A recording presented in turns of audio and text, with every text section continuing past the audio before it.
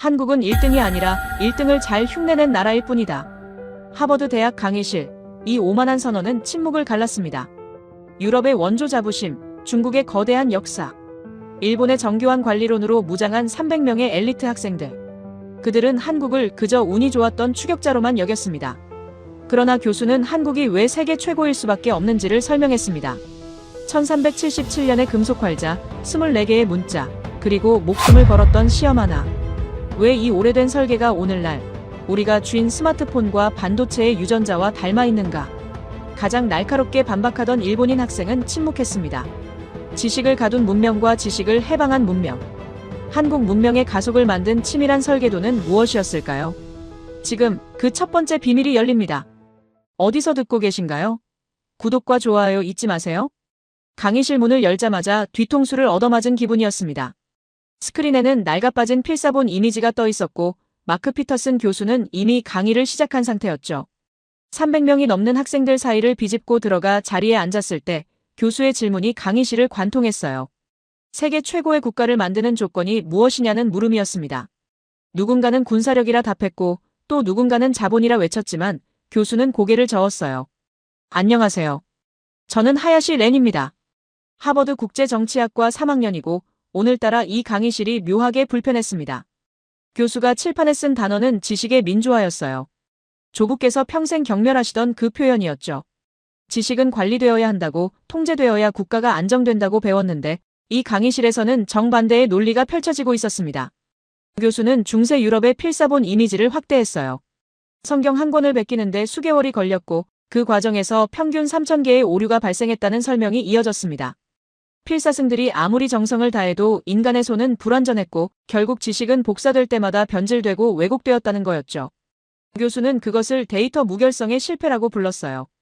저는 노트북에 그 표현을 적으면서도 고개가 갸우뚱해졌습니다. 지식을 데이터로 취급한다는 발상 자체가 낯설었거든요. 그때 스크린이 바뀌었습니다.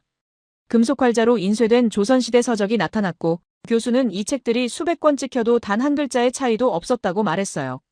1377년 구텐베르크보다 78년 앞선 시점에 한국은 이미 지식의 무결성을 완성했다는 설명이었습니다.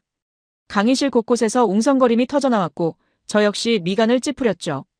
최초가 중요한 게 아니라는 건 알지만 이건 뭔가 석연치 않았어요. 앞줄에 앉았던 유럽 학생이 손을 들었습니다.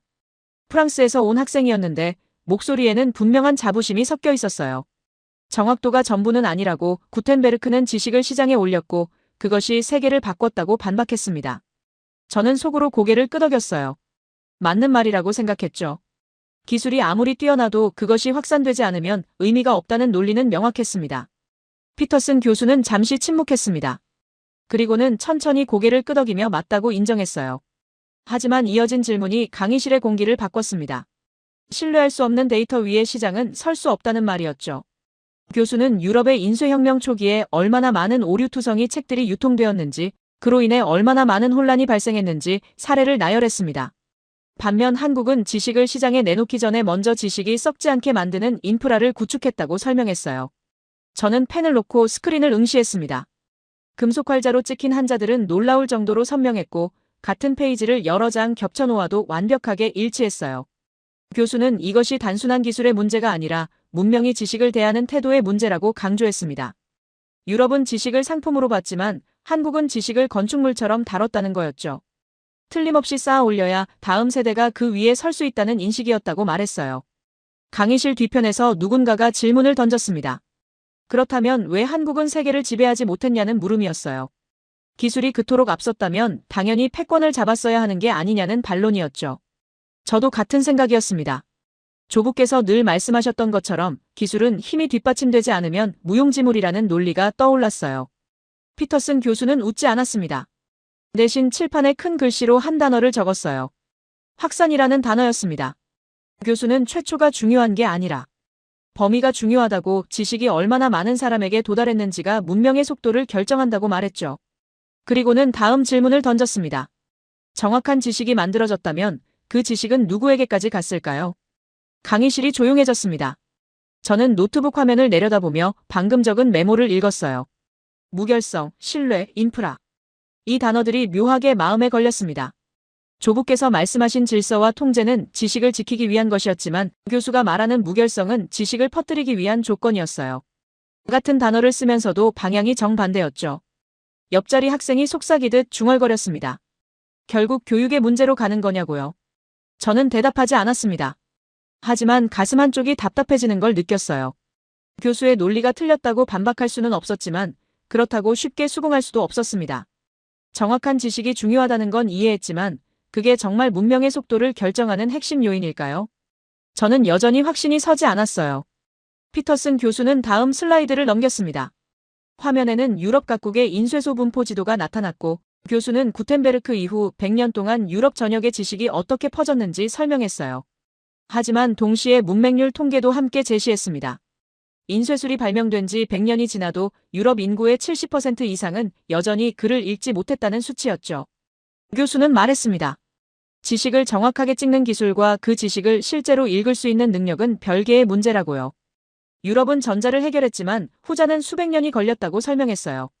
반면 한국은 두 가지를 동시에 해결하려 했다는 게 교수의 주장이었습니다. 어떻게 그게 가능했냐는 질문이 강의실 여기저기서 터져나왔고 교수는 미소를 지으며 다음 주제로 넘어가겠다고 말했어요. 저는 노트북 화면에 커서를 깜빡이며 멍하니 앉아 있었습니다. 정확한 지식, 무결성, 신뢰. 이 개념들이 머릿속에서 맴돌았지만 아직 완전히 연결되지는 않았어요. 다만 한 가지는 분명했습니다. 이 강의가 제가 예상했던 방향과는 전혀 다른 곳으로 흘러가고 있다는 거였죠. 그리고 그 흐름이 묘하게 불안했습니다. 교수가 새로운 슬라이드를 띄우자 강의실 분위기가 달라졌습니다. 화면 가득 펼쳐진 건 15세기부터 17세기까지의 유럽 지도였고 빨간 점들이 대륙 전역에 박혀 있었어요. 각 점은 인쇄소의 위치를 나타냈고 시간이 지날수록 점들이 폭발적으로 늘어나는 애니메이션이 재생되었습니다. 베네치아, 파리, 런던, 암스테르담을 거쳐 유럽 구석구석까지 번져나가는 모습이었죠. 저는 그 광경을 보며 가슴이 뛰었어요. 이게 바로 문명의 확산이구나 싶었습니다. 프랑스 학생이 다시 손을 들었어요. 이번에는 목소리에 더 강한 확신이 실려 있었습니다. 결국 중요한 건 기술의 전파 아니냐고, 한국이 아무리 앞섰어도 그 기술이 세계로 퍼지지 않았다면 역사를 바꾼 건 유럽이라고 주장했죠. 여기저기서 동조하는 소리가 들렸고 저 역시 고개를 끄덕였습니다. 맞는 말이었어요. 세계사 교과서에 실리는 건 구텐베르크였지 고려의 금속 활자가 아니었으니까요. 피터슨 교수는 그 말을 조용히 들었습니다. 그리고는 천천히 물었어요. 세계를 바꿨다는 건 무슨 의미냐고요. 유럽 학생들이 웅성거렸지만 명확한 답은 나오지 않았습니다. 교수는 다시 질문을 던졌죠. 지식혁명의 성공을 측정하는 기준이 무엇이어야 하느냐고요. 얼마나 많은 나라에 퍼졌는지, 아니면 얼마나 많은 사람이 실제로 그 지식에 접근했는지. 강의실이 조용해졌습니다. 저는 노트북에 교수의 질문을 받아 적으면서도 마음 한쪽이 불편했어요. 이 질문이 어디로 향하는지 감이 왔기 때문이었습니다. 교수는 분명 개별 국가 내부의 지식 확산을 이야기하려는 거였죠. 하지만 그게 뭐가 중요한가요? 문명은 경쟁이고 경쟁에서 이기려면 외부로의 확장이 핵심 아닌가요? 저는 손을 들려다가 멈칫했습니다. 아직 교수의 논리를 완전히 파악하지 못한 상태에서 반박하는 건 위험했어요. 교수는 새로운 통계 자료를 제시했습니다. 16세기 유럽의 문맹률이었어요. 인쇄술이 발명되고 100년이 지난 시점에도 영국은 80%, 프랑스는 75%, 이탈리아는 70%의 문맹률을 기록했다는 수치였습니다. 교수는 차분하게 설명했어요. 인쇄소는 늘어났지만 실제로 책을 읽을 수 있는 사람은 여전히 극소수였다고요. 지식은 인쇄되었지만 귀족과 성직자, 상인 계층에게만 집중되었다는 거였죠. 저는 화면의 숫자들을 바라보며 미간을 찌푸렸습니다. 이건 당연한 거 아닌가요? 모든 사람이 글을 읽을 필요는 없었던 시대였고 지식은 그것을 다룰 수 있는 계층이 관리해야 효율적이었습니다. 조부께서 늘 말씀하시던 논리였어요. 질서는 차등에서 나온다고 모두가 똑같이 안다는 건 혼란을 의미한다고요. 저는 그게 틀렸다고 생각하지 않았습니다. 그때 교수가 다시 질문을 던졌어요. 그렇다면 자국민 전체가 지식에 접근할 수 있었던 사회는 언제 어디에 존재했을까요? 강의실 여기저기서 중얼거림이 들렸지만 선뜻 답하는 사람은 없었습니다. 저는 손을 들었어요. 참을 수가 없었습니다. 제 목소리가 강의실에 퍼졌죠. 한국이 기술은 가졌지만 세계를 바꾸지는 못했다고, 결국 중요한 건 영향력이지. 내부 확산이 아니라고 말했습니다. 피터슨 교수는 저를 바라봤습니다. 그 시선이 날카롭지는 않았지만 묘하게 무거웠어요. 교수는 천천히 고개를 끄덕이며 좋은 질문이라고 말했습니다. 그리고는 되물었죠. 그럼 세계란 무엇이냐고요? 다른 나라들을 바꾸는 게 세계를 바꾸는 거냐고, 아니면 자국민 전체의 삶을 바꾸는 것도 세계를 바꾸는 일이냐고요. 저는 대답하지 못했습니다.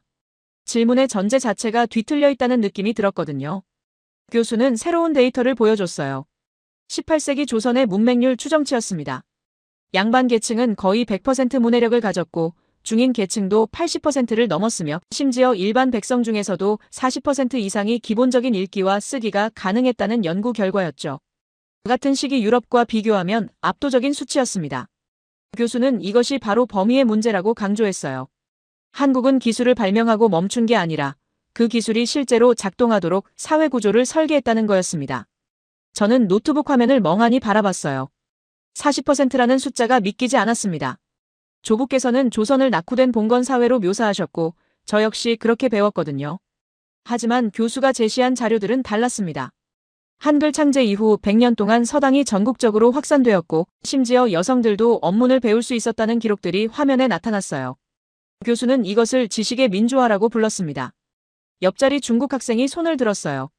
하지만 그 지식으로 무엇을 했느냐고, 지식이 넓게 퍼진다고 해서 국력이 강해지는 건 아니지 않느냐고 반박했습니다. 저는 속으로 동의했어요. 맞는 말이었죠. 지식은 도구일 뿐이고 그 도구를 어떻게 사용하느냐가 중요한 거였습니다. 중국은 지식을 통제함으로써 거대한 제국을 유지했고 일본은 지식을 선별적으로 받아들여 근대화에 성공했어요. 피터슨 교수는 고개를 끄덕였습니다. 하지만 이번에도 질문으로 답했어요. 지식이 넓게 퍼졌다는 건 알겠는데 그렇다면 사람들은 왜 그 지식을 배우려 했을까요? 강의실이 조용해졌습니다. 교수는 칠판에 한 문장을 적었어요. 접근 가능한 지식과 접근하고 싶은 지식은 다르다는 문장이었습니다. 저는 펜을 놓고 칠판을 응시했어요. 교수가 무엇을 말하려는지 감이 왔습니다. 지식이 아무리 쉽고 가까이 있어도 그것을 배울 동기가 없다면 의미가 없다는 거겠죠. 하지만 여전히 석연치 않았습니다. 지식의 확산이 정말 문명의 속도를 결정하는 핵심 요인일까요? 저는 여전히 확신할 수 없었어요. 교수는 다시 유럽 지도를 띄웠습니다. 이번에는 대학과 도서관의 분포도였어요. 18세기까지도 이런 기관들은 대도시에 집중되어 있었고 지방으로 갈수록 희박해졌습니다. 반면 조선의 서당 분포도는 달랐어요. 전국에 거미줄처럼 퍼져 있었고 심지어 산간 마을에도 서당이 존재했다는 기록이 있었습니다. 교수는 이것이 인프라의 차이라고 설명했어요. 유럽은 지식을 중앙에 집중시켰지만 조선은 지식을 전국에 흩뿌렸다는 거였죠. 저는 노트에 질문을 적었습니다. 하지만 그게 무슨 의미가 있는가? 결국 서구 열강이 세계를 지배했고 조선은 식민지가 되지 않았는가? 이 질문을 소리내어 하고 싶었지만 참았어요. 아직 교수의 논리가 완성되지 않았고 섣부른 반박은 오히려 제 논리를 약하게 만들 수 있었으니까요. 교수는 마지막 슬라이드를 보여줬습니다. 화면에는 간단한 질문이 적혀 있었어요. 지식이 정확하게 만들어지고 그 지식이 사회 전체에 퍼졌다면 그 다음은 무엇이 필요할까요? 교수는 말했습니다. 지식을 찍는 기술만으로는 부족하다고요. 사람들이 실제로 그 지식을 배울 수 있는 조건이 갖춰져야 한다고요. 강의실이 술렁였습니다. 학생들은 노트북을 닫기 시작했지만 저는 화면을 계속 바라봤어요. 배울 수 있는 조건. 저는 그게 무엇을 의미하는지 대충 짐작할 수 있었습니다. 문자체계, 교육 시스템, 아마도 그런 것들이겠죠. 하지만 교수가 어떤 방식으로 그것을 설명할지는 예측할 수 없었어요. 피터슨 교수는 시계를 보며 말했습니다. 다음 시간에는 지식에 접근하는 속도에 대해 이야기하겠다고요. 같은 지식이라도 배우는데 걸리는 시간이 다르다면 그것이 문명에 어떤 영향을 미치는지 살펴보겠다고 덧붙였죠. 강의실 문을 나서며 저는 고개를 갸우뚱했습니다. 속도라는 개념이 어떻게 확산의 범위와 연결될 수 있을까요? 밖으로 나오자 차가운 바람이 뺨을 스쳤습니다. 저는 노트북을 가방에 넣으며 생각했어요. 교수의 논리는 분명 어딘가로 향하고 있었습니다. 정확한 지식, 넓은 확산, 그리고 다음은 속도. 하지만 여전히 전체 그림이 보이지 않았어요. 그저 막연하게 불안했습니다. 조부께서 가르쳐주신 세계관과 교수가 보여주는 논리 사이의 간극이 점점 벌어지고 있다는 느낌이 들었거든요. 일주일이 지나지 않았는데도 강의실 분위기가 달라져 있었습니다. 학생들은 이미 자리에 앉아 노트북을 켜놓고 있었고 웅성거림 속에는 묘한 긴장감이 섞여 있었어요. 저도 일찍 도착했습니다. 지난 강의 이후 계속 머릿속을 맴돌던 질문들을 정리해왔거든요. 피터슨 교수가 강의실에 들어서자 웅성거림이 멎었고 교수는 곧바로 스크린을 켰습니다.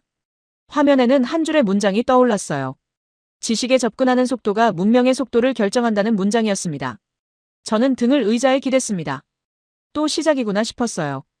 교수는 지난 시간에 접근성을 이야기했지만 오늘은 그 접근의 속도를 다루겠다고 선언했습니다.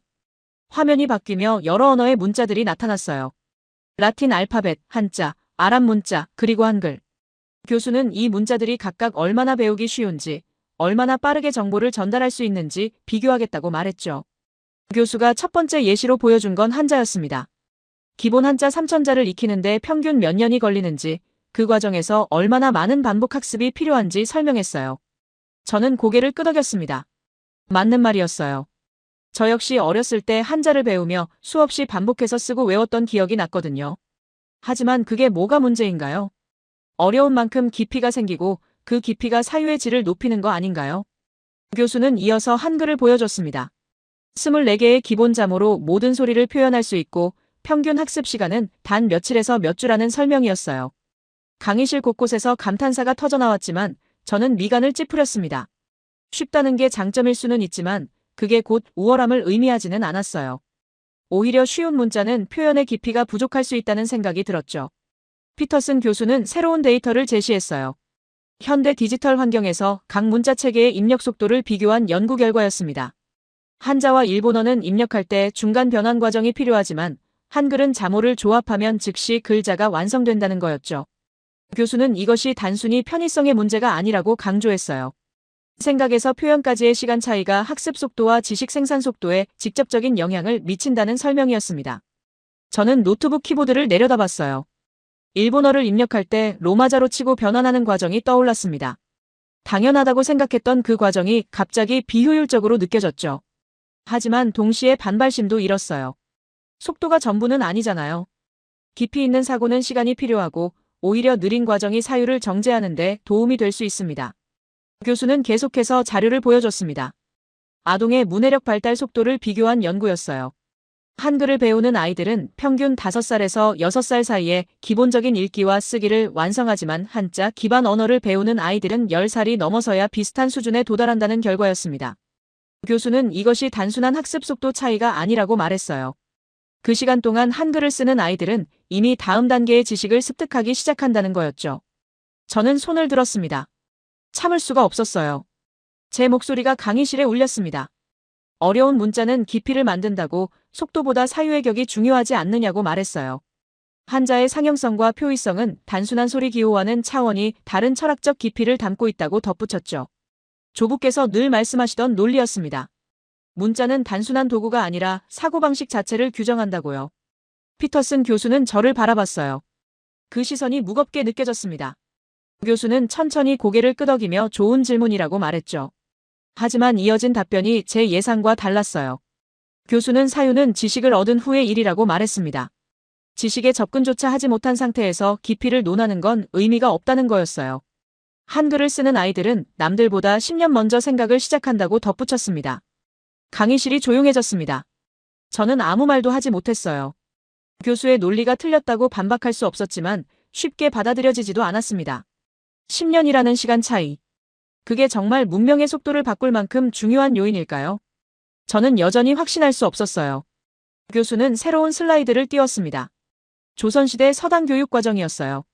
아이들은 평균 5살에 천자문을 시작하지만 동시에 한글로 기본적인 읽기와 쓰기를 병행했다는 기록이 나타났습니다. 교수는 이것이 이중 전략이었다고 설명했어요. 한자로 깊이를 추구하되 한글로 속도를 확보한다는 거였죠. 결국 조선의 아이들은 같은 나이의 중국이나 일본 아이들보다 훨씬 빠르게 지식 습득 단계를 통과했다는 게 교수의 주장이었습니다. 저는 노트에 질문을 적었어요. 하지만 그 속도가 실제로 문명의 발전으로 이어졌는가? 조선은 결국 근대화에 뒤처졌고 일본이 먼저 서구 문물을 받아들였습니다. 속도가 아니라 방향이 중요한 거 아닌가요? 이 질문을 하려다가 멈췄습니다.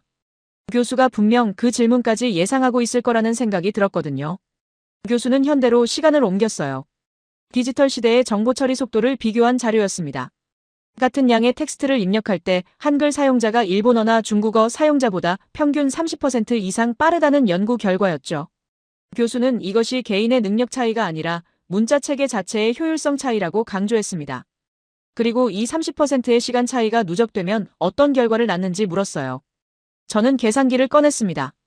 하루에 1시간씩 글을 쓴다고 가정하면 1년에 100시간 이상의 차이가 난다는 계산이 나왔어요. 10년이면 1000시간, 20년이면 2000시간.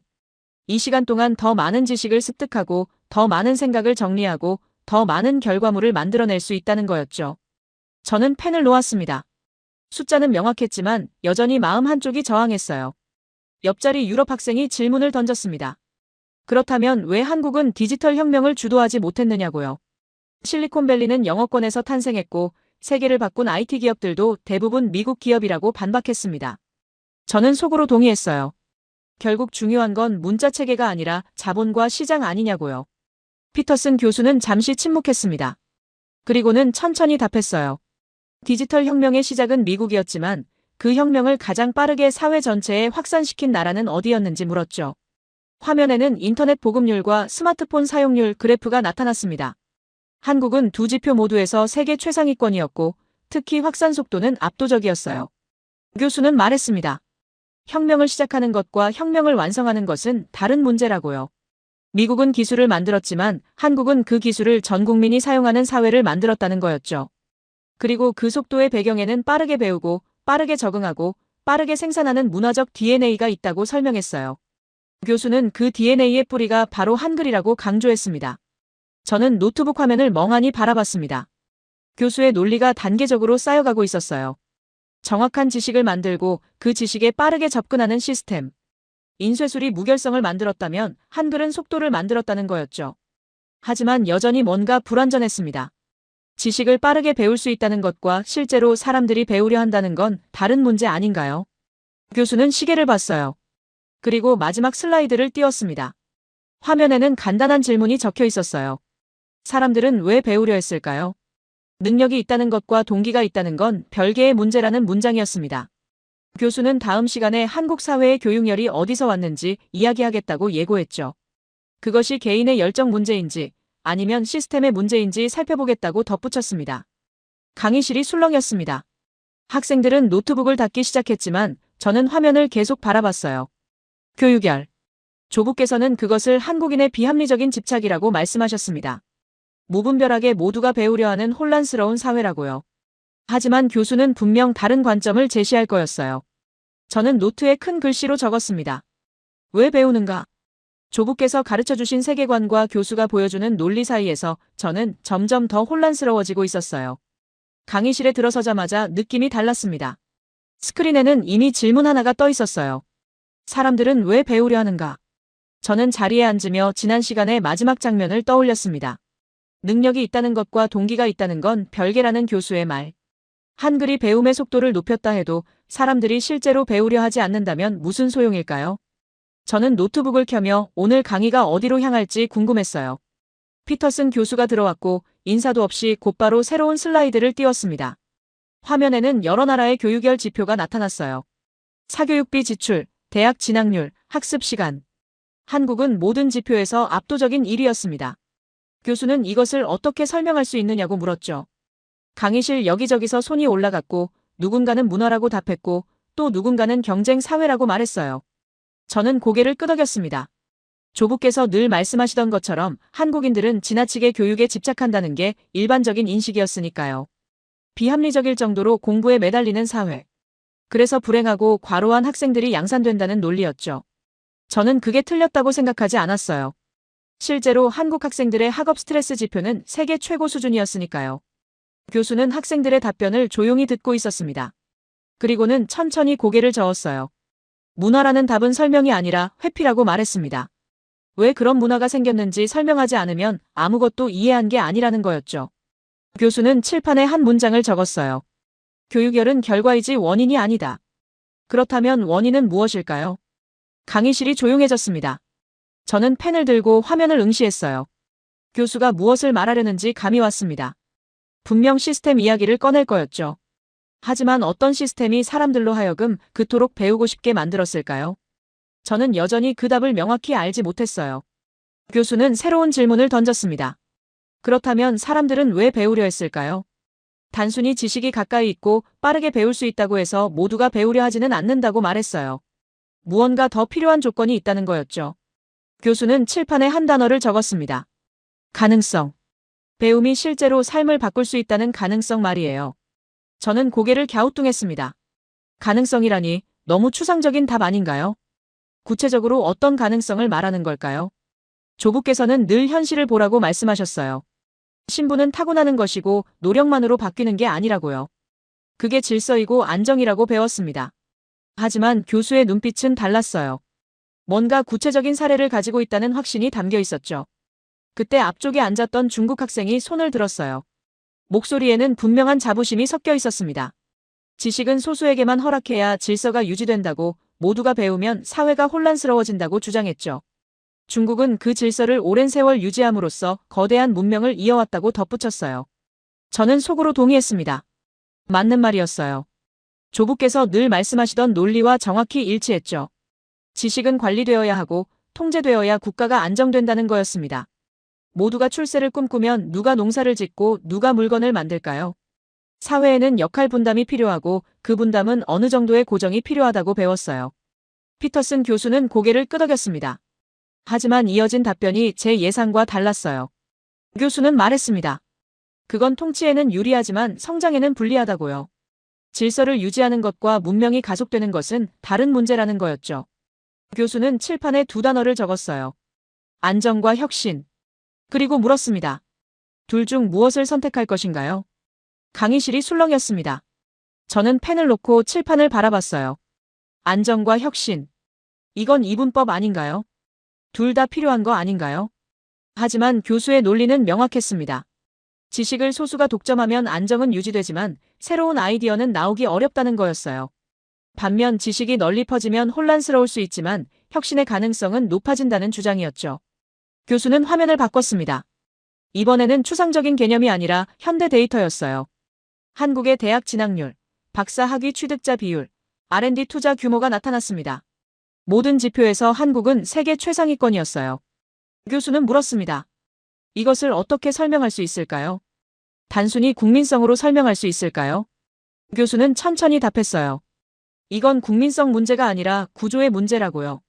배우면 인생이 바뀐다는 경험이 세대를 거쳐 축적되면 그것은 문화가 되고 DNA가 된다는 설명이었습니다. 그 가능성이 완벽하지 않아도 존재한다는 것만으로 사람들은 움직인다는 게 교수의 주장이었어요. 저는 노트북 화면을 내려다봤습니다. 교수의 논리는 설득력이 있었지만 여전히 마음 한쪽이 불편했어요. 배우면 인생이 바뀐다는 경험. 그게 정말 그렇게 강력한 동기가 될 수 있을까요? 저는 손을 들려다가 멈칫했습니다. 구체적으로 어떤 시스템이 그런 경험을 만들어냈는지 궁금했지만 교수가 곧 설명할 것 같았거든요. 교수는 마지막 슬라이드를 띄웠습니다. 화면에는 간단한 문장이 적혀 있었어요. 보상이 있으면 사람들은 배운다. 하지만 그 보상이 예측 가능하고 투명해야 한다. 교수는 말했습니다.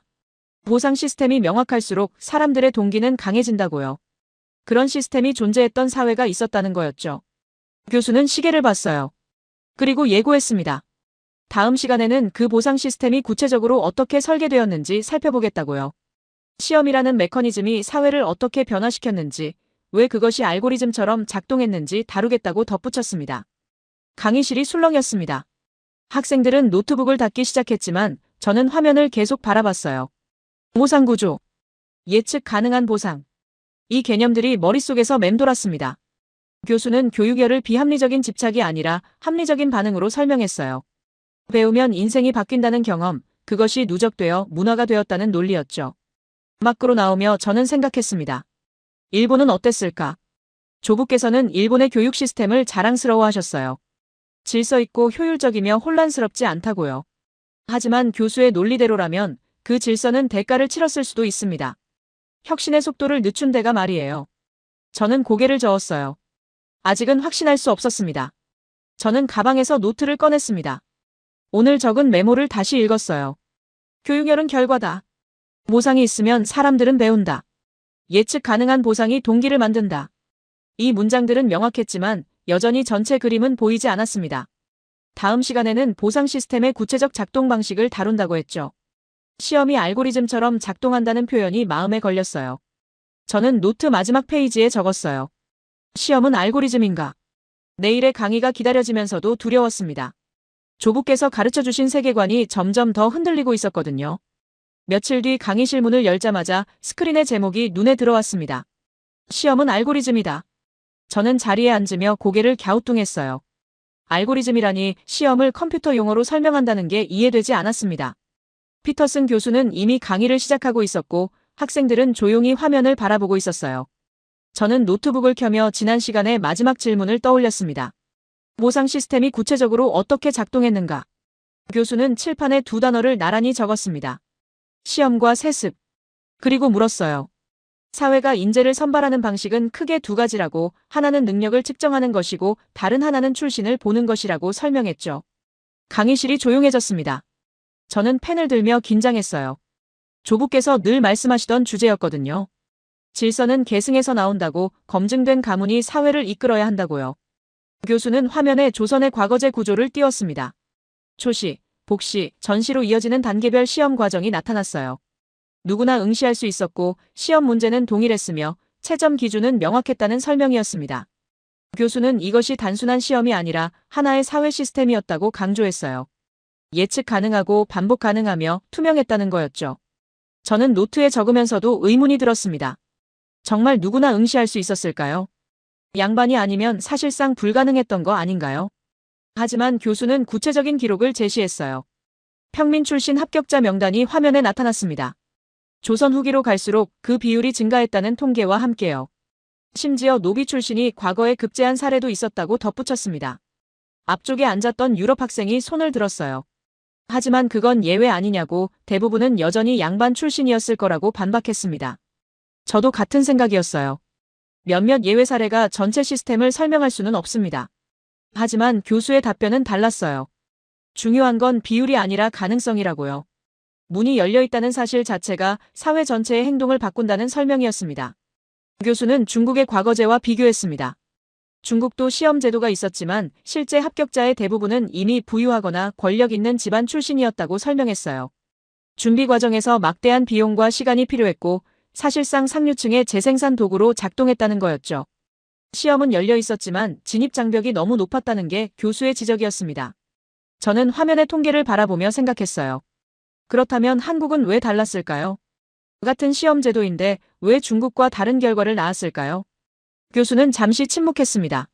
그리고는 말했어요. 그 이유는 복합적이라고, 다음 시간에 설명하겠다고요. 지금은 시험 시스템 자체에 집중하자고 덧붙였습니다. 교수는 조선 과거제의 채점 방식을 보여줬어요. 답안지에서 이름을 가리는 봉인제도, 복수의 시험관이 독립적으로 채점하는 시스템, 부정이 발각되면 가문 전체가 몰락하는 엄격한 처벌. 이 모든 장치들이 공정성을 위해 설계되었다는 설명이었습니다. 그때 옆자리 일본 학생이 질문을 던졌어요. 하지만 일본도 근대화에 성공했다고, 메이지 유신 이후 일본은 빠르게 발전했다고 반박했습니다. 시험 없이도 가능했다는 주장이었죠. 저는 속으로 고개를 끄덕였어요. 맞는 말이었습니다. 일본은 세습 시스템을 유지하면서도 서구를 따라잡았고 오히려 한국보다 먼저 근대화했어요. 피터슨 교수는 잠시 침묵했습니다. 그리고는 천천히 답했어요. 일본은 위에서 아래로 변화가 내려왔다고요. 정부와 엘리트가 결정하고 국민이 따랐다는 거였죠. 반면 한국은 아래에서 위로 압력이 올라왔다고 설명했습니다. 모두가 배우고 싶어 했고 모두가 시험을 보고 싶어 했으며 그 압력이 사회를 움직였다는 거였어요. 저는 펜을 놓고 교수를 바라봤습니다. 위에서 아래로, 아래에서 위로. 이 차이가 뭘 의미하는 걸까요? 교수는 칠판에 큰 글씨로 적었어요. 지속 가능성. 위에서 내려오는 변화는 빠를 수 있지만 엘리트가 멈추면 함께 멈춘다고, 반면 아래에서 올라오는 압력은 느릴 수 있지만 멈추지 않는다고 설명했습니다. 강의실이 웅성거렸습니다. 저는 노트에 질문을 적었어요. 하지만 현실은 어땠는가? 조선은 일본보다 늦게 근대화했고 결국 식민지가 되지 않았는가? 시험 시스템이 그토록 우월했다면 왜 그런 결과를 낳았는가? 저는 손을 들려다가 멈췄습니다. 이 질문이 제게 유리할지 불리할지 판단할 수 없었거든요. 교수는 새로운 슬라이드를 띄웠습니다. 화면에는 가혹할 정도로 공정한 시험이라는 문구가 떠올랐어요. 교수는 설명했습니다. 시험이 공정하면 공정할수록 사람들은 그 시스템을 믿는다고요. 그리고 그 믿음은 집단 기억이 되어 세대를 넘어 전달된다는 거였죠. 조선의 과거제는 완벽하지 않았지만 적어도 다른 어떤 사회보다 공정하려 노력했다고 강조했습니다. 저는 화면의 문구를 응시했습니다. 가혹할 정도로 공정하다. 묘한 표현이었어요. 공정함이 가혹할 수 있다는 개념이 낯설었습니다. 조부께서는 늘 유연성이 중요하다고 말씀하셨어요. 원칙만 고집하면 사회가 경직된다고요. 하지만 교수의 논리는 정반대였습니다. 경직되어 보이는 공정성이 오히려 사회를 유동적으로 만든다는 거였죠. 교수는 현대의 사례를 언급했습니다. 한국의 대학 입시 제도가 세계에서 가장 치열하다고 알려져 있지만 동시에 가장 공정하다고 인식된다는 연구 결과를 보여줬어요. 부정이 발각되면 사회적 분노가 폭발하고 시스템에 대한 신뢰가 무너진다는 사례들이 나타났습니다. 교수는 이것이 조선시대부터 이어진 집단 기억이라고 설명했어요. 저는 노트북 화면을 내려다봤습니다. 집단 기억, 알고리즘. 이 단어들이 연결되기 시작했어요. 시험이 알고리즘이라는 건 입력과 출력이 명확하고 예측 가능하다는 의미였습니다. 노력을 입력하면 결과가 출력되고 그 과정이 투명하다는 거였죠. 그리고 그 알고리즘이 수백 년 동안 반복되면서 사회의 기본 운영 체제가 되었다는 게 교수의 주장이었어요. 교수는 일본과 다시 비교했습니다. 일본은 관직이 세습되었고 무사계급이 아니면 출세의 길이 없었다고 설명했어요. 능력이 아니라 출신이 미래를 결정했다는 거였죠. 교수는 이것이 틀렸다는 게 아니라고 강조했습니다. 다만 다른 결과를 낳았다고요. 일본은 안정적이고 질서 있는 사회를 만들었지만 한국은 불안정하지만 역동적인 사회를 만들었다는 설명이었습니다. 저는 미간을 찌푸렸습니다. 역동적이라는 표현이 마음에 걸렸어요. 그건 혼란스럽다는 뜻 아닌가요? 조부께서는 늘 질서의 가치를 강조하셨습니다. 안정이 발전의 기초라고요. 하지만 교수는 역동성을 긍정적으로 평가하고 있었어요. 불안정함 속에서 혁신이 나온다는 논리였죠. 교수는 마지막 슬라이드를 띄웠습니다. 화면에는 간단한 문장이 적혀 있었어요. 공정한 시험은 집단 기억을 만든다. 교수는 설명했습니다. 시험이 공정하게 작동하는 경험이 반복되면 그것은 개인의 경험을 넘어 사회 전체의 기억이 된다고요. 그리고 그 기억은 세대를 넘어 전달된다는 거였죠. 조선의 과거제가 남긴 가장 큰 유산은 제도 자체가 아니라 그 기억이라고 강조했습니다. 저는 노트에 적으면서도 의문이 들었어요. 기억만으로 충분할까요? 제도가 사라지면 기억도 희미해지는 거 아닌가요? 하지만 교수는 다음 시간에 그 기억이 어떻게 지금까지 이어지는지 보여주겠다고 예고했습니다. 학생들은 노트북을 닫기 시작했지만 저는 화면을 계속 바라봤습니다. 교수의 논리가 점점 더 정교해지고 있었어요. 시험이 단순한 선발 도구가 아니라 사회를 움직이는 알고리즘이라는 주장. 가혹할 정도로 공정해야 사람들이 믿는다는 논리. 하지만 여전히 뭔가 부족했습니다. 시험 하나만으로 이 모든 걸 설명할 수 있을까요? 밖으로 나오며 저는 하늘을 올려다봤습니다. 차가운 바람이 뺨을 스쳤지만 머릿속은 혼란스러웠어요. 가혹할 정도로 공정한 시험. 알고리즘으로서의 교육열. 집단 기억. 이 개념들이 머릿속에서 맴돌았습니다. 조부께서 가르쳐주신 질서와 안정의 가치가 흔들리고 있었어요. 교수는 그것을 부정하지 않았지만 다른 선택지가 있다고 말하고 있었습니다. 다음 강의에서 교수는 분명 더 큰 그림을 보여줄 거였습니다. 조각들이 어떻게 맞춰지는지 말이에요. 그게 기다려지면서도 두려웠습니다. 강의실에 들어서자 분위기가 달랐습니다. 학생들은 이미 자리에 앉아 있었고 웅성거림 속에는 기대감이 섞여 있었어요. 피터슨 교수가 들어오기 전부터 스크린에는 제목이 떠 있었습니다. 3가지 조건의 결합. 저는 자리에 앉으며 노트를 펼쳤어요. 지난 몇 주 동안의 강의 내용이 모두 적혀 있었습니다. 인쇄술, 한글, 시험. 이제 이 조각들이 어떻게 맞춰지는지 보게 될 거였죠. 교수가 들어왔고 인사도 없이 곧바로 칠판에 3단어를 적었습니다. 무결성, 가속도 보상. 그리고 돌아서서 물었어요. 이 3가지가 각각 무엇을 의미하는지 기억하느냐고요. 강의실 곳곳에서 손이 올라갔습니다. 누군가는 인쇄술이라 답했고 또 누군가는 한글이라 말했으며 시험이라는 답변도 나왔어요. 교수는 고개를 끄덕이며 모두 맞다고 말했습니다. 저는 노트에 적힌 내용을 다시 읽었어요. 인쇄술은 지식의 정확성을 보장했습니다. 한 글자의 오류도 없이 수백 권을 찍어낼 수 있었죠. 한글은 배움의 속도를 높였어요. 몇 주면 읽고 쓸 수 있었고 생각을 표현하는 시간도 단축되었습니다. 시험은 보상 시스템이었어요. 배우면 인생이 바뀔 수 있다는 가능성을 명확히 제시했죠. 하지만 이것들이 따로따로 존재할 때와 함께 작동할 때가 어떻게 다른지는 아직 이해하지 못했어요. 피터슨 교수는 새로운 슬라이드를 띄웠습니다. 화면에는 세 개의 원이 나타났어요. 각각 무결성, 가속도, 보상이라고 적혀 있었고 처음에는 서로 떨어져 있었습니다. 교수는 설명했어요. 이 세 가지가 독립적으로 존재할 때는 각각의 효과만 낸다고요. 하지만 세 원이 겹치기 시작했습니다. 교수는 말했습니다. 이것들이 동시에 작동하면 단순한 합이 아니라 곱의 효과를 낸다고요. 저는 펜을 들고 화면을 응시했습니다. 곱의 효과라니 무슨 의미일까요? 교수는 구체적으로 설명하기 시작했어요. 무결성만 있으면 정확한 지식이 보존되지만 그것이 소수에게만 전달됩니다. 가속도만 있으면 빠르게 배우지만 배워야 할 동기가 약해요. 보상만 있으면 사람들은 배우려 하지만 배울 도구가 부족하죠. 하지만 이 세 가지가 함께 있으면 어떻게 될까요? 교수는 조선 사회의 예를 들었습니다. 정확한 책이 인쇄되었고 한글로 빠르게 배울 수 있었으며 과거제가 보상을 약속했어요. 이 세 가지가 동시에 작동하자 무슨 일이 일어났을까요? 교수는 통계를 보여줬습니다. 16세기부터 19세기까지 서당의 수가 기하급수적으로 증가했다는 자료였어요. 단순히 늘어난 게 아니라 폭발적으로 증가했다는 거였죠. 저는 그래프를 바라보며 미간을 찌푸렸습니다. 폭발적 증가라니 과장 아닌가요? 하지만 교수가 제시한 수치는 명확했어요. 조선 초기에는 몇백 개였던 서당이 후기에는 수만 개로 늘어났다는 기록이었습니다. 교수는 이것이 정부 주도가 아니었다고 강조했어요.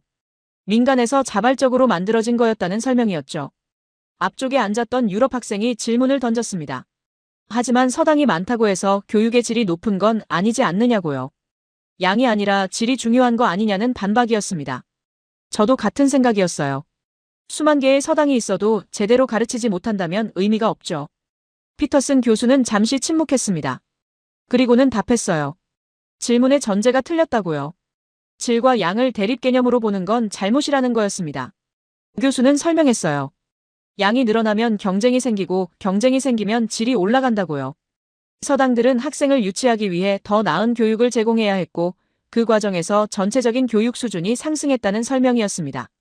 저는 노트에 적으면서도 고개가 갸우뚱해졌어요. 이건 시장 논리 아닌가요? 교육을 시장처럼 다루는 게 옳을까요? 조부께서는 늘 교육은 통제되어야 한다고 말씀하셨습니다.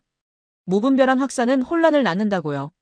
하지만 교수의 논리는 정반대였어요. 확산이 오히려 질을 높인다는 주장이었죠. 교수는 다시 세원의 그림으로 돌아갔습니다. 이번에는 세원이 완전히 겹쳐 있었어요. 교수는 가운데 교집합 부분을 가리키며 말했습니다. 이 지점에서 문명은 가속된다고요. 정확한 지식을 빠르게 배울 수 있고 배우면 인생이 바뀐다는 걸 알 때 사람들은 멈추지 않는다는 거였어요.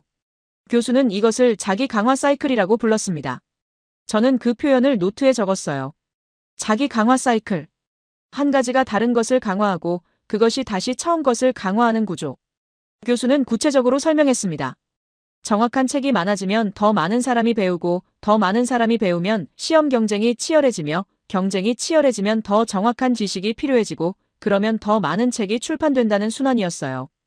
옆자리 중국 학생이 손을 들었습니다.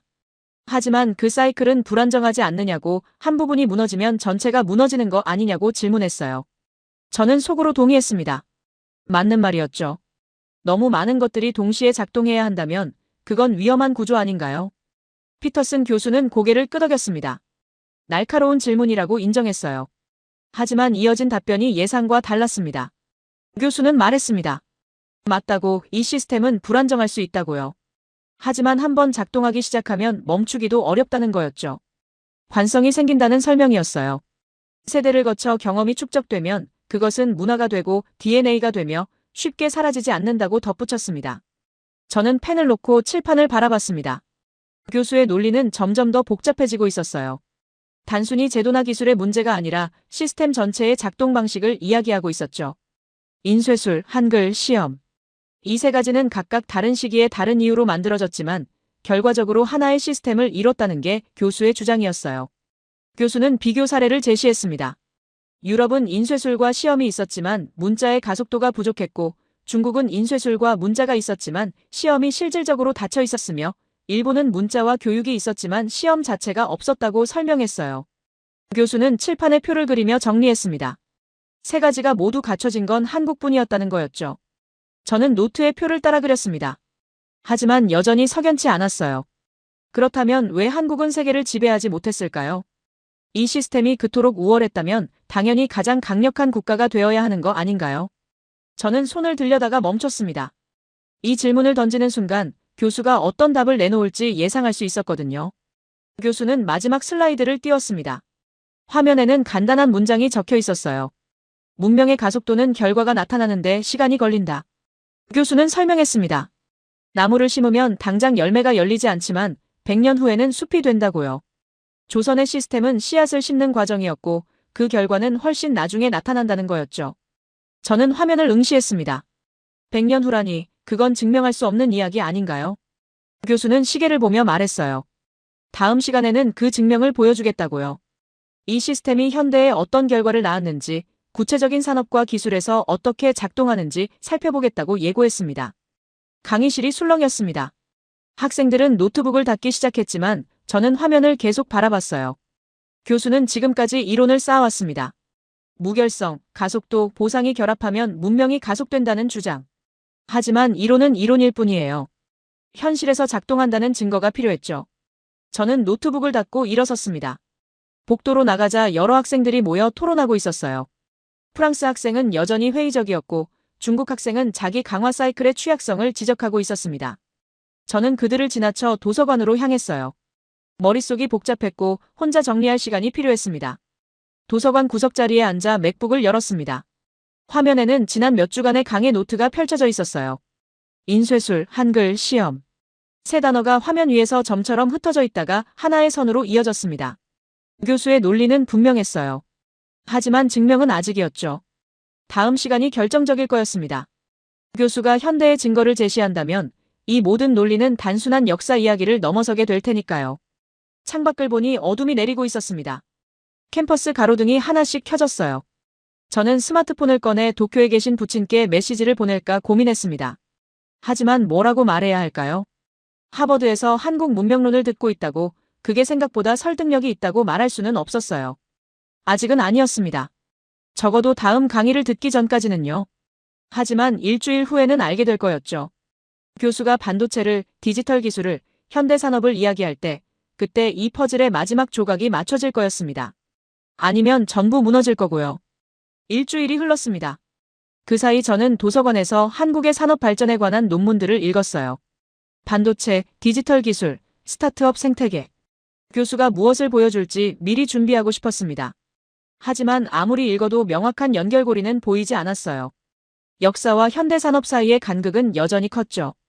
오늘 강의실에는 평소보다 일찍 도착했습니다. 자리에 앉자 스크린이 켜졌고 제목이 나타났어요. 이제 역사 이야기가 아닙니다. 저는 등을 곧게 펴고 앉았습니다. 드디어 증명의 시간이었어요. 피터슨 교수가 들어왔고 이번에는 표정이 달랐습니다. 지난 몇 주간의 이론적 차분함 대신 뭔가 확신에 찬 눈빛이었어요.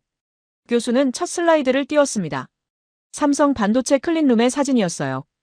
흰색 방진복을 입은 엔지니어들이 정밀 장비 앞에 서 있었습니다. 교수는 말했습니다.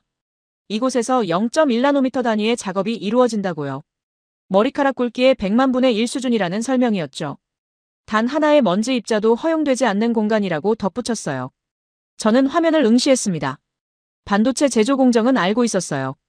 일본도 과거의 세계 최고였고 지금도 소재와 장비에서는 강점을 가지고 있죠. 하지만 왜 메모리 반도체 시장에서는 한국이 압도적일까요? 기술력만의 문제는 아닐 거였습니다. 피터슨 교수는 화면을 바꿨어요. 반도체 수율 그래프가 나타났습니다. 수율이란 생산한 칩 중에서 정상 작동하는 칩의 비율이라고 설명했죠. 한국 기업들은 90% 이상의 수율을 기록하고 있었어요. 같은 공정에서 다른 나라들은 7.80%에 머물렀다는 통계와 함께요. 교수는 물었습니다. 이 차이가 어디서 오는 걸까요? 강의실이 조용해졌습니다. 누군가는 장비라고 답했고 또 누군가는 투자 규모라고 말했어요. 교수는 고개를 저었습니다. 장비는 다 같은 걸 쓰고 투자 규모도 비슷하다고요. 그렇다면 차이는 어디서 나올까요? 교수는 칠판에 한 단어를 적었어요. 무결성에 대한 집착. 저는 펜을 들었습니다. 무결성. 첫 강의에서 들었던 그 단어였어요. 교수는 설명하기 시작했습니다. 반도체 제조는 수백 단계의 공정을 거치는데 단 하나의 단계에서라도 오류가 발생하면 전체가 망가진다고요. 그래서 각 단계마다 완벽한 정확성이 요구된다는 거였죠. 교수는 말했습니다. 이건 금속 활자와 똑같은 논리라고요. 저는 노트에 적으면서도 고개를 갸우뚱했어요. 금속 활자와 반도체를 같은 선상에 놓는다는 게 이해되지 않았습니다. 수백 년의 시간 차이가 있는데요. 하지만 교수는 계속 이어갔어요. 금속 활자는 1000권을 찍어도 한 글자의 오류도 없었고 반도체는 1000개를 만들어도 한 개의 분량도 허용하지 않는다는 거였습니다. 교수는 이것을 문명의 습관이라고 불렀어요. 앞쪽에 앉았던 독일 학생이 질문을 던졌습니다. 하지만 독일도 정밀 제조에서는 세계 최고 아니냐고, 무결성은 한국만의 특징이 아니라고 반박했어요. 저도 같은 생각이었습니다. 정밀함은 독일 제조업의 상징이었고 일본도 품질 관리로 유명했죠. 피터슨 교수는 잠시 침묵했습니다. 그리고는 말했어요. 좋은 지적이라고, 하지만 그 차이는 다음 시간에 이야기하겠다고요. 지금은 한국이 어떻게 작동하는지만 보자고 덧붙였습니다. 저는 아쉬웠지만 이해했어요. 교수는 아직 비교가 아니라 증명에 집중하고 있었습니다. 교수는 한국 반도체 기업의 사례를 계속 설명했어요. 매 공정마다 기록되는 데이터의 양, 실시간으로 분석되는 품질 지표, 문제가 발생하면 즉시 공유되는 시스템. 이 모든 것이 문서화되고 표준화되어 있다는 거였죠. 교수는 이것이 인쇄술의 DNA라고 강조했습니다. 지식을 정확하게 복제하고 보존하는 습관 말이에요. 교수는 두 번째 슬라이드를 띄웠어요. 이번에는 디지털 기술이었습니다. 한국의 인터넷 속도, 스마트폰 보급률, 디지털 서비스 확산 속도 그래프가 나타났어요. 모든 지표에서 한국은 세계 최상위권이었고 특히 확산 속도는 압도적이었습니다. 교수는 물었습니다. 이 속도는 어디서 오는 걸까요? 저는 화면의 그래프를 바라봤습니다. 인터넷 보급률이 10%에서 90%로 도달하는데 한국은 5년밖에 걸리지 않았어요. 미국은 10년, 유럽은 15년이 걸렸다는 비교 자료와 함께였죠. 교수는 이것을 가속도라고 불렀습니다. 교수는 칠판에 적었어요. 한글 입력 속도, 모바일 최적화, 디지털 리터러시. 그리고 설명했습니다. 한국인들은 스마트폰으로 복잡한 작업을 할 때 다른 나라 사람들보다 평균 30% 빠르다는 연구 결과가 있다고요. 문자 입력이 빠르고 인터페이스 이해가 빠르며 새로운 서비스 적응이 빠르다는 거였죠. 옆자리 미국 학생이 손을 들었습니다. 하지만 실리콘밸리가 세계 IT를 주도하는 거 아니냐고, 속도보다 혁신이 중요한 거 아니냐고 반박했어요. 저도 동의했습니다. 기술을 만드는 것과 빠르게 쓰는 건 다른 문제였죠. 피터슨 교수는 잠시 침묵했습니다. 그리고는 답했어요. 혁신에는 두 종류가 있다고요. 하나는 무에서 유를 창조하는 혁신이고 다른 하나는 있는 걸 빠르게 개선하는 혁신이라는 거였죠. 미국은 전자에 강하고 한국은 후자에 강하다고 설명했습니다. 교수는 덧붙였어요. 그리고 시장에서는 때로 후자가 더 중요할 수 있다고요. 저는 노트에 적었습니다. 창조적 혁신과 개선적 혁신. 이 구분이 새로웠어요. 조국께서는 늘 일본의 개선 능력을 자랑스러워하셨습니다. 카이젠이라는 단어를 입에 달고 사셨죠. 하지만 교수의 논리대로라면 한국은 그보다 더 빠른 개선을 한다는 건가요? 교수는 세 번째 슬라이드를 띄웠습니다. R&D 투자와 스타트업 생태계 자료였어요. 한국의 GDP 대비 R&D 투자 비율은 세계 1위였고 스타트업 설립 건수도 급증하고 있었습니다. 교수는 물었습니다. 이것은 무엇을 의미할까요? 사람들은 왜 이렇게 배우고 도전하려 할까요? 강의실이 웅성거렸습니다. 교수는 칠판에 세 번째 단어를 적었어요. 모상에 대한 믿음. 그리고 설명했습니다. 한국 사회는 배우면 인생이 바뀐다는 경험이 수백 년간 축적되었다고요. 시험으로 신분이 바뀌었고 대학으로 계층이 이동했으며 기술로 부를 이뤘다는 기억이 DNA에 새겨졌다는 거였죠. 저는 펜을 놓고 교수를 바라봤습니다. 교수는 이제 세 가지를 연결하기 시작했어요. 반도체의 무결성, 디지털의 가속도, R&D의 보상 시스템. 이 세 가지가 독립적으로 존재하는 게 아니라 하나의 생태계를 이룬다는 설명이었습니다. 교수는 화면에 도식을 띄웠어요. 정확하게 만들고 빠르게 개선하고 그 결과로 보상받으며 그 보상이 다시 투자로 이어지는 순환 구조였습니다. 교수는 마지막 슬라이드를 띄웠습니다. 화면에는 간단한 문장이 적혀 있었어요. 반도체는 현대판 금속 활자입니다. 교수는 말했습니다. 이건 기술의 문제가 아니라 문명의 습관이라고요. 정확성에 대한 집착, 속도에 대한 욕망, 보상에 대한 믿음. 이 세 가지가 600년 전이나 지금이나 똑같이 작동하고 있다는 거였죠. 저는 노트북 화면을 멍하니 바라봤습니다. 교수는 증명을 보여줬어요. 추상적인 이론이 아니라 구체적인 산업, 측정 가능한 수치, 비교 가능한 데이터로요. 반도체 수율, 디지털 확산 속도, R&D 투자 규모. 이것들은 모두 1등이거나 최상위권이었습니다. 교수는 말했습니다. 다음 시간이 마지막이라고요. 지금까지는 무엇이 작동하는지 봤다면 다음 시간에는 왜 이것이 지속 가능한지 이야기하겠다고 예고했습니다. 관리하는 문명과 해방하는 문명의 차이에 대해서요. 교수는 증명했습니다. 이론은 현실로 작동하고 있었어요. 하지만 여전히 한 가지가 남았습니다. 일본은요. 일본도 한때 반도체에서 세계 1위였고 제조업에서 최강이었으며 기술 강국이었어요. 그런데 왜 지금은 한국에 뒤처진 걸까요? 다음 강의가 마지막이라고 했습니다. 교수는 분명 그 질문에 답할 거였어요. 그리고 그 답은 제게 가장 고통스러울 거라는 예감이 들었습니다. 왜냐하면 그건 단순히 한국과 일본의 비교가 아니라 제가 배워온 모든 가치관에 대한 질문이 될 테니까요. 마지막 강의였습니다. 강의실은 이전과 달리 조용했어요. 학생들은 이미 자리에 앉아 있었고 웅성거림도 없었습니다. 모두가 알고 있었죠. 오늘이 결론이라는 걸요. 저는 가장 앞줄에 앉았습니다. 피해갈 수 없다면 정면으로 마주해야 한다고 생각했어요. 피터슨 교수가 들어왔습니다. 이번에는 슬라이드도 없었어요. 교수는 칠판 앞에 섰고 분필을 들었습니다. 그리고 두 단어를 적었어요. 관리와 해방. 저는 숨을 깊이 들이쉬었습니다. 드디어 시작되는구나 싶었죠. 교수는 천천히 말하기 시작했습니다. 지식을 대하는 방식에는 두 가지가 있다고요. 하나는 지키는 것이고 다른 하나는 푸는 것이라고 설명했어요. 둘 다 장점이 있고 둘 다 단점이 있으며 둘 다 나름의 합리성을 가진다고 덧붙였습니다. 교수는 누구도 비난하지 않겠다는 듯 차분하게 말했어요. 교수는 일본을 먼저 언급했습니다. 일본은 지식을 관리했다고요. 에도 시대의 쇄국 정책, 메이지 유신의 선별적 수용, 전후의 계획적 산업화. 모든 단계에서 일본은 무엇을 받아들이고 무엇을 거부할지 신중하게 결정했다는 거였죠. 교수는 이것을 성을 쌓는 것에 비유했어요. 견고하고 아름답고 방어 가능한 성 말이에요. 저는 노트북 화면을 바라봤습니다. 성. 조부께서 평생 말씀하셨던 가치였어요. 질서, 안정, 계획. 일본은 혼란을 피했고 효율을 추구했으며 검증된 길을 걸었습니다. 그게 틀렸다고 생각하지 않았어요. 오히려 현명한 선택이었죠. 교수는 계속 말했습니다. 성의 장점은 명확하다고요. 안전하고 예측 가능하며 오래 지속됩니다. 성 안에 있는 사람들은 보호받고 질서를 유지하며 안정적인 삶을 살 수 있어요. 교수는 이것이 존중받아야 할 가치라고 강조했습니다. 하지만 이어진 질문이 저를 얼어붙게 만들었어요. 성은 성장할 수 있을까요? 강의실이 조용해졌습니다. 교수는 설명했어요.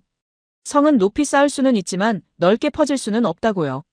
성벽으로 둘러싸인 공간은 안전하지만 제한적이며 그 안에서만 순환이 일어난다는 거였죠.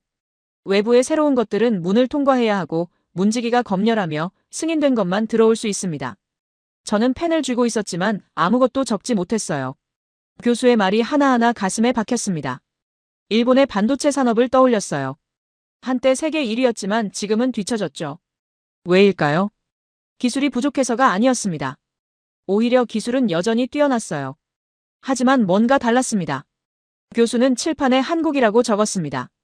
그리고 말했어요. 한국은 지식을 해방했다고요. 과거제는 누구에게나 열려 있었고 한글은 모두가 배울 수 있었으며 서당은 전국에 퍼져 있었습니다. 통제는 느슨했고 혼란스러웠으며 때로는 비효율적이었죠. 하지만 지식은 흘렀다고 교수는 말했어요. 교수는 강을 비유로 들었습니다. 강은 통제할 수 없고 예측하기 어려우며 때로는 범람해요. 하지만 강은 흐르면서 지형을 바꾸고 새로운 길을 만들며 결국 바다로 나간다는 거였죠. 교수는 한국이 그랬다고 말했습니다. 혼란스럽고 불안정했지만 멈추지 않았다고요. 저는 화면을 멍하니 바라봤습니다. 강. 그 이미지가 머릿속에 선명하게 그려졌어요. 조부께서는 강을 두려워하셨습니다. 범람하고 파괴하며 예측할 수 없는 것이라고요. 그래서 제방을 쌓고 수로를 만들며 흐름을 관리해야 한다고 가르치셨죠. 하지만 교수는 정반대를 말하고 있었습니다. 교수는 현대의 사례를 들었어요. 일본 기업들은 완벽한 제품을 만들기 위해 오랜 시간을 투자했고 한국 기업들은 빠르게 출시하고 빠르게 개선했다는 거였죠. 일본은 실패를 용납하지 않았고 한국은 실패를 학습의 과정으로 받아들였습니다. 일본은 계획을 세웠고 한국은 실행하며 수정했어요. 교수는 칠판에 표를 그렸습니다. 일본과 한국의 기업 문화를 비교하는 표였어요. 의사결정 속도, 실패 허용도, 조직 유연성, 정보 공유 방식. 모든 항목에서 두 나라는 정반대였습니다. 교수는 설명했어요. 이건 우월의 문제가 아니라 선택의 문제라고요. 안정을 택할 것인가, 속도를 택할 것인가. 저는 손을 들었습니다. 떨리는 목소리로 물었어요. 하지만 일본도 성공했다고 세계 2위 경제대국이 되었고 삶의 질도 높다고 말했습니다. 성이 틀린 건 아니지 않느냐고요. 제 목소리에는 간절함이 섞여 있었어요. 교수가 일본을 완전히 부정하지 않기를 바랐습니다. 피터슨 교수는 저를 바라봤습니다. 오랜 시간 동안이었어요. 그리고 천천히 고개를 끄덕이며 답했습니다. 물론이라고 일본은 놀라운 성취를 이뤘다고 인정했어요. 성은 아름답고 존경받아야 한다고 덧붙였죠. 하지만 이어진 말이 제 가슴을 찔렀습니다. 성은 지키는 것이고 강은 나아가는 것이라고요. 교수는 구체적으로 설명했어요. 일본은 1980년대에 절정에 달했지만 그 이후 정체되었다고요. 왜냐하면 성공 공식을 지키려 했기 때문이라는 거였죠. 검증된 방법, 안전한 선택, 실패 없는 경로. 이것들이 과거의 성공을 만들었지만 동시에 미래의 변화를 막았다는 설명이었습니다. 교수는 한국을 다시 언급했습니다. 한국은 1990년대에 외환위기를 겪었고 2000년대에 디지털 전환을 겪었으며 2010년대에 스타트업 붐을 겪었다고요. 매번 혼란스러웠지만 매번 살아남았고 매번 더 빨라졌습니다. 교수는 이것이 강의 특성이라고 말했어요. 부딪히고 돌아가고 새로운 길을 찾는다고요. 저는 노트북 커서를 바라봤습니다. 아무것도 타이핑할 수 없었어요. 교수의 말이 하나하나 제 안에 무언가를 무너뜨리고 있었습니다. 조부께서 가르치신 모든 것들. 질서의 가치, 안정의 중요성, 계획의 필요성. 이것들이 틀렸다는 게 아니라 충분하지 않다는 걸 깨닫고 있었어요. 교수는 마지막 질문을 던졌습니다. 여러분은 무엇을 선택할 건가요? 성을 쌓을 건가요? 강이 될 건가요? 강의실이 조용했습니다. 아무도 답하지 않았어요. 교수는 미소 지으며 말했습니다. 답은 없다고요. 다만 선택의 결과는 있다고 덧붙였죠. 교수는 저를 똑바로 바라봤습니다. 그리고 말했어요. 일본은 지식을 지키느라 시간을 잃었고 한국은 지식을 풀어 시간을 벌었다고요. 둘 다 자기 선택의 대가를 치렀다고 설명했습니다. 일본은 안정을 얻고 속도를 잃었으며 한국은 속도를 얻고 안정을 잃었다는 거였죠. 강의가 끝났습니다. 교수는 자료를 챙겨나갔고 학생들은 하나둘 일어났어요. 하지만 저는 움직일 수 없었습니다. 화면에는 마지막 슬라이드가 떠 있었어요. 캐슬 또는 리버. 저는 그 두 단어를 멍하니 바라봤습니다. 얼마나 시간이 흘렀는지 몰랐습니다. 강의실이 텅 비었을 때 저는 노트북을 닫았어요. 복도로 나가자 캠퍼스가 평온했습니다. 학생들은 웃으며 걷고 있었고 누군가는 잔디밭에 앉아 책을 읽고 있었죠. 하지만 제 안은 전혀 평온하지 않았어요. 기숙사방으로 돌아와 책상에 앉았습니다. 맥북을 켰고 새 문서를 열었어요. 커서가 깜빡였습니다. 저는 오랫동안 아무것도 쓰지 못했어요.